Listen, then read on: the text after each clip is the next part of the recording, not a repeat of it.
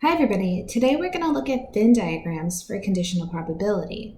A car manufacturer reviewed the recalls for the previous year. They found 38% of recalls were for airbag issues, 45% involved braking problems, and 27% involved both airbags and brakes. Let's start by making a Venn diagram where the set A will represent airbag problems and the set B will represent brakes. We always want to start with the overlap if we have that information, and we do. We know that 27% of the recalls were for both airbags and brakes, so we can put the 27% in the overlap. Now we can find the remaining pieces of the Venn diagram. Let's start with A. The remaining part of A is 11%. We get that by subtracting the 38% for airbag issues minus the 27% in the intersection. Moving over to B, we can find that there's 18% only in B, and we get that by again subtracting the 45% for brake issues minus the 27% in the intersection.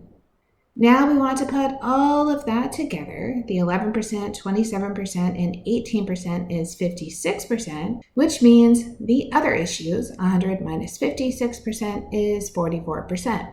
Now that our Venn diagram is finished, we can answer some questions. We'll start with the probability of A complement. This is the probability the recall was not for airbags.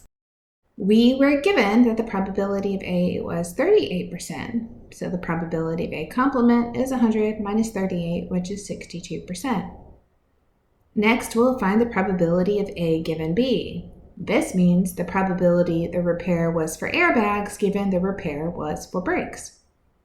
Our formula says probability of A given B is the probability of A and B over the probability of B. We can see in our diagram that the probability of A and B is 27%, and the probability of B was given as 45%.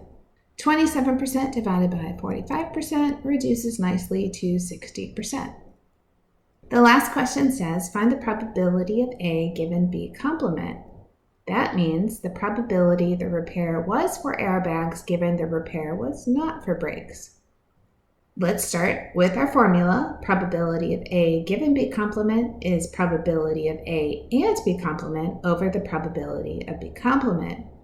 A and B complement means it's in A but it's not in B. That's just the 11%. Since we already know the probability of B is 45%, probability of B complement is 100 minus 45, which is 55%. Now we have the probability of A given B complement is 11% over 55%, which again reduces nicely. This time we get 20%.